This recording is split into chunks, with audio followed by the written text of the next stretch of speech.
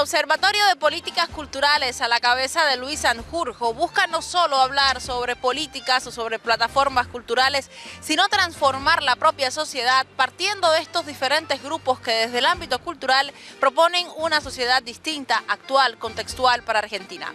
A continuación conversamos con Luis Sanjurjo, más conocido como El Chino, sobre aquellas propuestas temáticas que parten directamente desde el trabajo que realiza en la dirección de este observatorio. Desde el Observatorio de Culturas Políticas y Políticas Culturales de este Centro Cultural de la Cooperación Florenal Gorini, trabajamos en 4 coordenadas que nos parecen fundamentales. La primera es la importancia que tiene la investigación. Nos parece que sin investigación, es decir, sin producción de conocimiento, es muy difícil pensar en la construcción de políticas públicas soberanas, ¿no? Por eso, una de las iniciativas que con mayor fortaleza hemos impulsado durante este 2019 es el desarrollo de investigaciones, por ejemplo, acerca de la situación de la cultura independiente en la ciudad de Buenos Aires, pero también en temas vinculados a la economía de la cultura, ¿no? ¿Cuáles son las otras formas en las que podemos dotar de sustentabilidad, más allá de los criterios de mercado, a los proyectos culturales desde el punto de vista también de la política pública, de la política también entendida como herramienta de transformación de la realidad? Pero además de la investigación, otra de las coordenadas con las que trabajamos es aquella que tiene que ver con la formación. Nos parece central identificar la importancia que tiene la actualización de las herramientas, ¿no?, para la acción política cultural, ¿no? Entonces, cuando hablamos de formación, una de las experiencias que hemos llevado adelante y que está desarrollándose aquí en el Centro Cultural de la Cooperación este año es Épica, que es una escuela de activismo, ¿no?, que conjuga registros, digamos, que tienen que ver con la historia de las militancias, de los activismos, con las herramientas para la acción política y también con las utopías, ¿no?, con los horizontes hacia los que se dirige la acción política, digamos, no convencional, en diálogo con la acción política, digamos, más tradicional. En ese sentido, nos parecía importante cruzar historias, ¿no? Cómo luchan las mujeres futbolistas profesionales, cómo luchan les argentines afrodescendientes antirracistas en la actualidad hoy en nuestro país y en la ciudad de Buenos Aires, cómo llevan adelante sus luchas los colectivos hackers, cómo activan también políticamente, por ejemplo, los colectivos LGTBIQ, ¿no?, de la diversidad en nuestras sociedades, cómo también inciden en las narrativas de la comunicación política actual los colectivos de comunicación 3.0, ¿no? Digamos que de algún modo nuestro interés es cruzar, tramar. En Épica pensamos justamente que cuando hablamos de formación, no solamente hablamos de cómo se transfiere el conocimiento, sino también cómo diseñamos dispositivos de inspiración colectiva, ¿no?, de articulación, de encuentro, que nos ayuden a actualizar nuestra mirada y también nuestras herramientas para la acción política. En ese sentido también, además de la investigación y la formación, las otras 2 coordenadas en las que trabajamos son la articulación de redes. Nos parece central la presencia de las organizaciones políticas junto a los sindicatos, las universidades nacionales, las organizaciones de la cultura independiente, para justamente también fortalecer nuestro banco de recursos, que no son solamente financieros, sino sobre todo humanos, ¿no? Recursos que tienen que ver con la persecución de esos horizontes utópicos en objetivos concretos, ¿no? La investigación a la que refería antes, al principio, esta investigación de la cultura independiente, que la hicimos junto a la Universidad Nacional de General Sarmiento, y fue, digamos, algo histórico. Nunca se había hecho una investigación así, con la construcción participativa de los indicadores que nos permitieron medir la actividad de la cultura independiente en la ciudad hoy, ¿no? Nos sentamos junto a los sindicatos, junto a la Cámara de los Centros Culturales, los clubes de música en vivo, la organización que nuclea las milongas, a preguntarles, bueno, ¿cómo medimos la actividad cultural? ¿Es solamente la cantidad de espectadores o de tickets que se cortan en un año, el único número que nos sirve para entender la importancia que tiene la cultura independiente en nuestra ciudad, o hay que medir otras cosas? Y así fue que, digamos, dentro de esta lógica, ¿no?, de la consolidación de redes, ¿no?, de articulaciones multidisciplinarias, digamos, amplias políticamente, fue que pudimos realizar esta investigación, y es como estamos pudiendo también contener, impulsar Épica, la escuela de activistas. Por eso hace poquito recibimos también al ex ministro de Cultura de Brasil, Juca Ferreira, que vino a dar una conferencia y a saludar la firma de convenios interinstitucionales que hicimos bajo un programa que se llama Ronda, dentro del área de redes. Y este programa que se llama Ronda básicamente nos permitió eso, cruzar los convenios que nosotros ya teníamos entre la Secretaría de Cultura de una provincia con una Cámara de la Cultura Independiente de la ciudad para la rotación de experiencias de la provincia y de también residentes aquí en Buenos Aires por el circuito de los clubes de música en vivo, por ejemplo, pero también para facilitar la circulación de producción cultural, ¿no?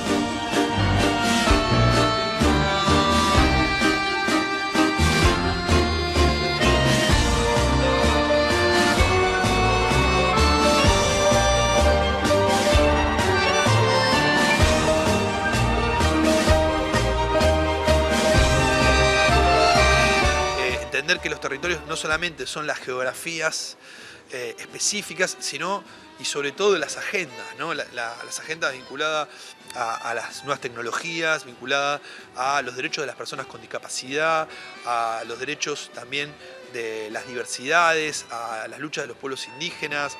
Me parece fundamental entender que en el presente, para el mundo que queremos, hay que desarrollar política en investigación, en formación, en construcción de redes y en la identificación de los territorios que los tiempos en los que estamos viviendo nos presentan como desafío, y sobre todo entender que el mundo que queremos requiere preguntarnos por el mundo en el que vivimos, entendiendo de dónde venimos, pero sobre todo recuperando la iniciativa en relación al futuro, ¿no? Preguntándonos también cuál es el mundo en el que queremos vivir.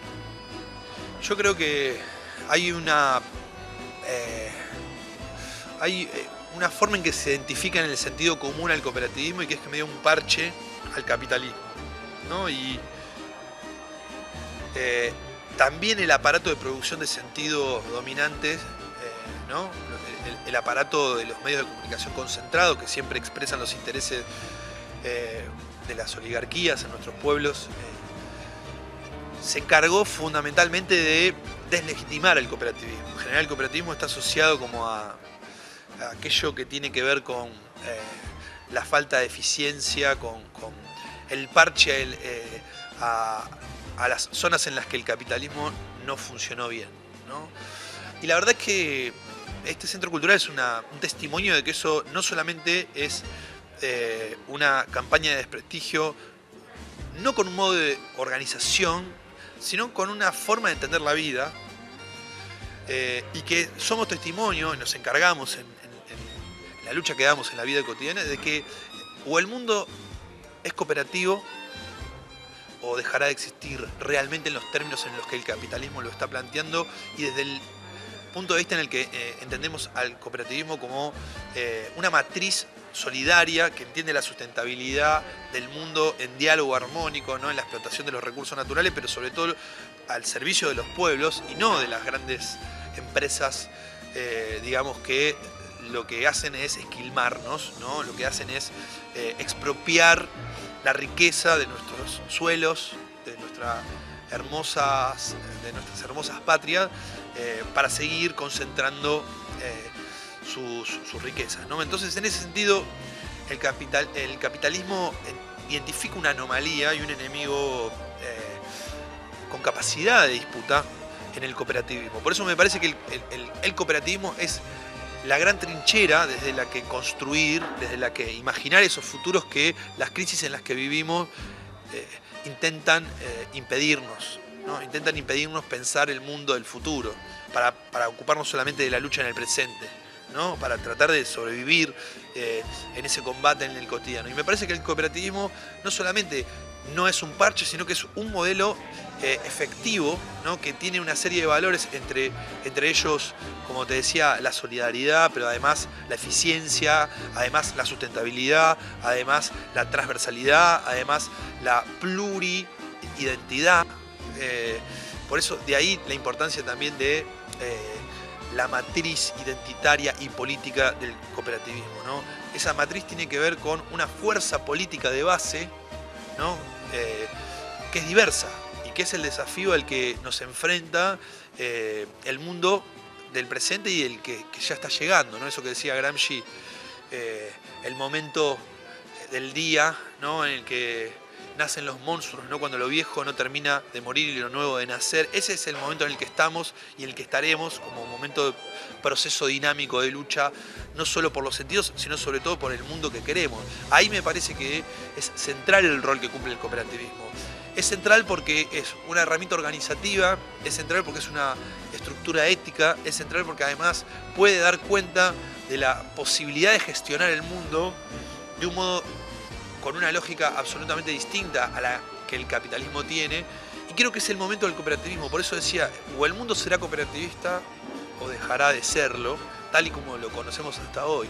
Y lo planteo fundamentalmente porque una de las zonas en las que inmediatamente impacta el neoliberalismo cuando avanza con la intensidad con la que ha avanzado nuestro continente, lamentablemente en los últimos años, ¿no? Desde el golpe a Lugo y a Celaya hasta acá, tiene que ver con la ruptura de los lazos sociales, tiene que ver con la disputa por el sentido de la vida, el trabajo, el Estado, el amor, la amistad, la identidad. Y en ese sentido me parece que el cooperativismo es un gran espacio de hackeo al capitalismo, ¿no?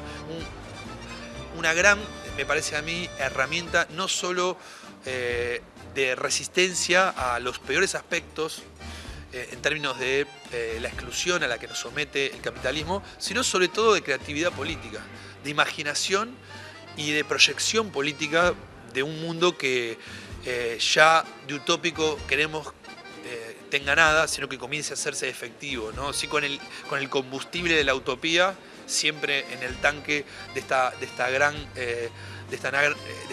nave de sueños que son nuestros países, que son nuestros pueblos resistiendo y luchando por también mostrarse como deseamos vivir, y creo que eso es lo que un poco me parece el cooperativismo tiene para ofrecer y para testimoniar. Insisto, aquí en Argentina este Centro Cultural de la Cooperación hoy es un espacio de referencia ineludible para pensar las políticas que queremos.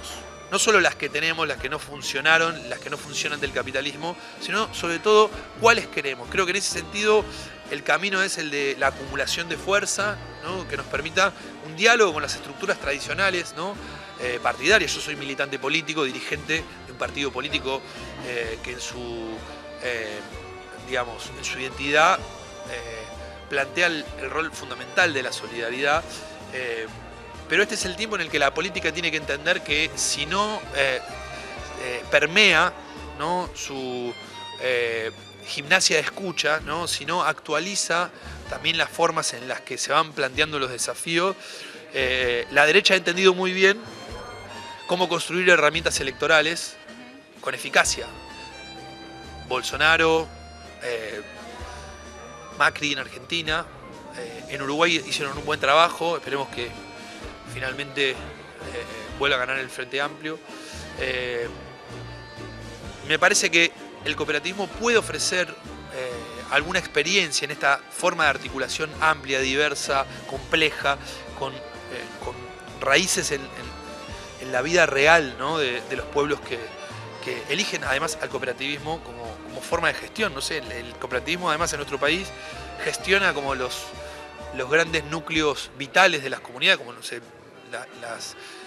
en las provincias, en muchas de las provincias de nuestro país, por ejemplo, los recursos eléctricos están en manos de cooperativas, de explotación también del servicio de internet está en manos de cooperativas, y esto es porque es la forma de gestión que además permite cierta transparencia y además permite la participación efectiva. Siempre la política económica termina dirimiendo una parte importante del destino de cualquier proyecto político, de derecha e de izquierda, en América Latina y en el mundo, ¿no? Entonces, esto, para partir de este acuerdo, digamos, materialista, y luego decir lo siguiente: ningún proyecto político se sostiene solo con los resultados de su política económica.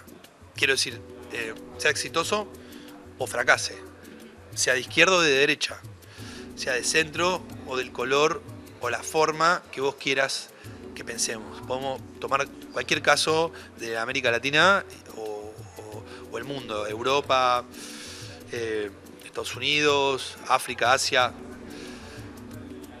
Me parece que hay un aspecto que sobre todo a las fuerzas políticas de izquierda nos falta aún, y es entender que la política cultural no es un ornamento de la política. Si no entendemos eso, nos va a tocar pasar unas grandes temporadas de aprender a perder. Porque el tiempo en el que vivimos pone en crisis el formato de las narrativas tradicionales y las sociedades ya no responden solo al funcionamiento de los aparatos que necesitamos para la gestión de la política. No se sienten interpeladas ni representadas, y eso es algo que tenemos que entender con la mayor velocidad que podamos. A mí, en Argentina, me da la sensación que estamos en una etapa en la que estamos intentando explorar cómo abrir, oxigenar esas lógicas, ¿no? Pero seguimos todavía padeciendo esta dificultad de no entender que o es con un proyecto cultural, un proyecto político, o nos toca perder. Porque no alcanza solamente con convocar al cantautor para que escriba el jingle. Tenés que convocar a los artistas a pensar la política. Tenés que convocar a los activistas de las agendas que hoy aparecen a pensar la política, a construir la política hombro con hombro. Tenemos que eludir la tentación burocratizadora que es necesaria para mantener, digamos, de algún modo la sustentabilidad política institucional de nuestros partidos y del republicanismo, de la institucionalidad que conjuga el Estado y también la lucha política, no solo en sentido electoral, sino de transformación de la realidad, y que creo que en ese sentido ese fin, ¿no?, el de transformar la realidad para bien, para nuestro pueblo, nos impone la necesidad de asumir que hay que hacer F5, ¿no? Hay que actualizar nuestra percepción del rol de la cultura. Ninguno de los proyectos políticos digamos, progresistas, de izquierda, en América Latina, por lo menos ha tomado o ha asumido la importancia que la cultura tiene en la construcción de una conciencia en los pueblos para dotar de sustentabilidad política de los procesos de transformación. Eso es un desafío que todavía tenemos por delante, ¿no? Dar el espacio que tiene que tener la cultura en la discusión. No hablo de la cultura como las bellas artes, sino sobre todo de las trabajadoras y los trabajadores de la cultura, de las artistas y los artistas que tienen otra mirada y que además tienen un contacto sensible con esa realidad que muchas veces no aparece en el radar de la política. Es una herramienta política, el hacer política cultural. Yo creo que, a ver, la política cultural trabaja sobre una cultura política, ¿no? Un proyecto político partidario de carácter frentista, diverso, que articule, que busque sustentabilidad, que busque vivir no sobrevivir, sino además gestionar el Estado para transformar la vida de las personas que viven esa realidad, no solamente puede visualizar a la cultura como una herramienta, tiene que entenderla como un sujeto político. Y en la comprensión de la cultura como sujeto político me parece que tenemos una oportunidad para dotar de mayor fortaleza a los procesos de sustentabilidad también política, ¿no? Porque la disputa del sentido se da también en la medida en la que vos diversificás y abrís a la participación, ¿no? Y abrir a la participación significa eso, entender que no es solamente cerrame el acto con el concierto o diseñame el logo de manera más atractiva, ¿no? Es cómo pensamos, ¿no? Cómo pensamos la política en una coordenada en la que tenga lugar también la mirada de quienes trabajan en cultura, ¿no? Me parece que en los momentos en los que estamos viviendo en América Latina hay que aprender a trabajar ese resorte de la diferencia, ¿no? El matiz en la política, y esto está perfectamente expresado en la vida de la cultura comunitaria, ¿no? Eso, la gestión del conflicto y la diferencia en los territorios es algo de lo que hay que aprender, ¿no? Esa riqueza, digamos, identitaria, expresiva, debe irradiar una inspiración a la política, porque o es así o no será. La derecha es implacable en ese sentido, ¿no? Entonces, cuando un intelectual jurídico de nuestro país, que es el juez Zaffaroni, habla de el genocidio por goteo, ¿no? Habla de cómo mueren los jóvenes de sectores populares, las mujeres. Digo, cuando arrecia el neoliberalismo, enseguida comienza a aniquilar los bordes poblacionales más vulnerables, ¿no? Entonces, en ese sentido, ahí es donde la cultura, entendemos claramente que ni la cultura ni el cooperativismo son parches ni adornos. Son fundamentalmente las grandes matrices, ya no herramientas, sino matrices de supervivencia y de construcción de dispositivos solidarios que permiten la expresión de esos otros mundos que están siendo acechados por la mirada monocorde y unívoca, ¿no? No solo de los medios de comunicación masiva concentrados, oligárquicos, sino también de un modo de vida que es el capitalismo de escala global, financiero, ¿no? Entonces, en esas expresiones de resistencia, que son expresiones creativas, que son expresiones que tienen una vitalidad que es sobrecogedora, creo que hay una clave, y que es una clave que como te decía, para mí, hoy hay que entender que no solamente tiene que ver con el registro de la cultura viva comunitaria, sino con otras formas colectivas, ¿no? Como las juventudes hoy, por ejemplo, construyen su propio lenguaje, su narrativa, que dialoga, por supuesto, con la industria cultural. Y el desafío que tenemos de escuchar y entender que esas juventudes no son el enemigo, sino que muy por el contrario vienen a ocupar su lugar, y eso es disputa, y esa disputa hay que tratar de articularla, porque es una disputa que, por ejemplo, tenemos también en América Latina una gran dificultad para incorporar en nuestras agendas, nuestras plataformas de gobierno político-partidaria, la perspectiva medioambiental. Cuando no tenemos una propuesta medioambiental, vienen las ONGs, ¿no? Financiadas en general por Estados Unidos o por países con representación de intereses, ¿no? Multinacionales, y llevan adelante estas ONG en general una política de visibilización de los errores que tenemos como gobiernos en medio ambiente, en la gestión del medio ambiente, cuando tenemos todo para poder convocar a las comunidades indígenas que protegen los recursos naturales, para convocar también a las clases medias preocupadas por ese medio ambiente en los entornos urbanos, pero también al campesinado que brega por la soberanía alimentaria, ¿no? Entonces, creo que una clave central para el tiempo que viene, para la política, es aprender a abrir, ¿no? Y volver a dibujar el mapa, que es el mapa de la representación de la realidad, ¿no? Ya no podemos seguir caminando el siglo XXI con los mapas del siglo XIX. Y esto no es tirar por la ventana nuestras tradiciones políticas.